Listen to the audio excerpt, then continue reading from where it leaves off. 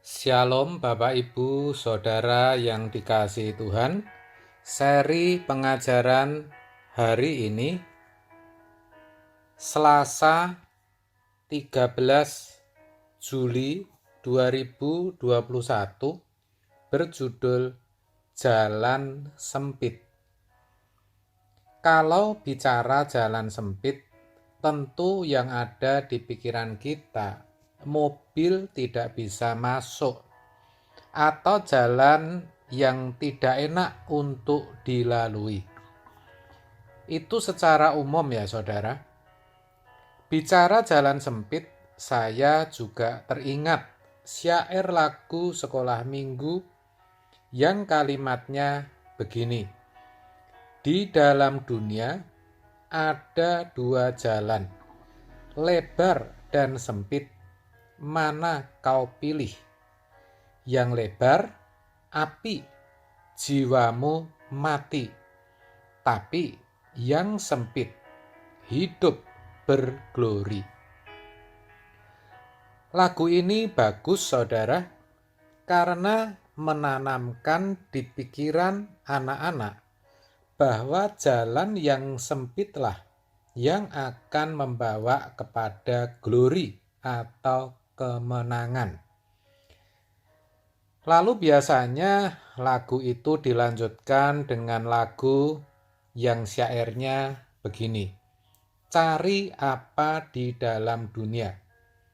Cari apa di dalam dunia? Cari dunia, pasti binasa. Cari Yesus yang penuh cinta. Sayang ya saudara, lagu-lagu seperti itu sekarang langka dan jarang diperdengarkan. Padahal itulah sejatinya kebenaran yang harus diajarkan dan ditanamkan ke dalam pikiran banyak orang sedini mungkin. Terkait hal itu, Tuhan Yesus juga berkata dalam Matius 7 ayat 13-14.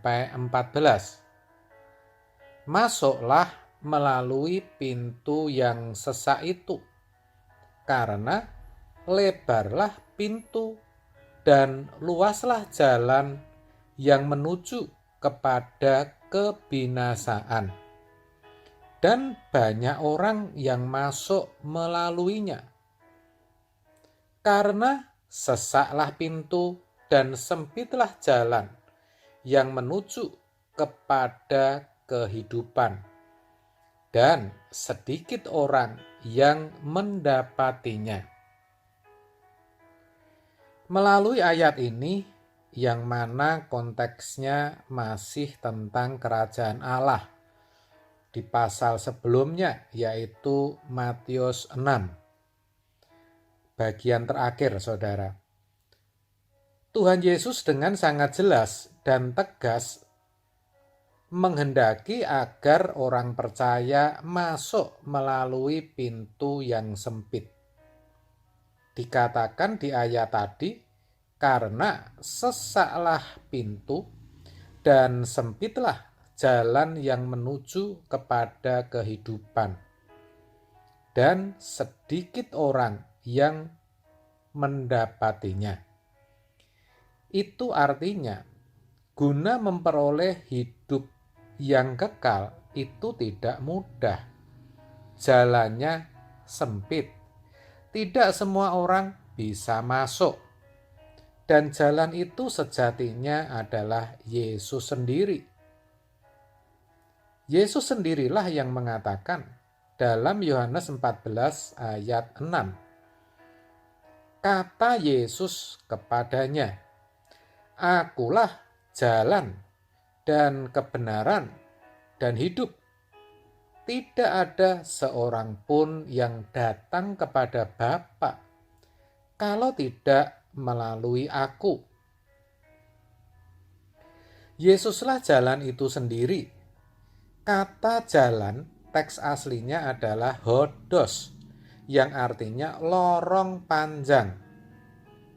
Jadi, Kalau mau menapaki jalan Yesus, itu sama artinya mau hidup seperti Yesus. Dan hidup seperti Yesus itu dibutuhkan waktu yang panjang. Hodos itu lorong panjang, saudara. Artinya apa? Artinya tidak bisa cepat selesai. Waktunya tidak singkat, begitu maksudnya. Banyak orang Kristen tidak memahami akan hal ini.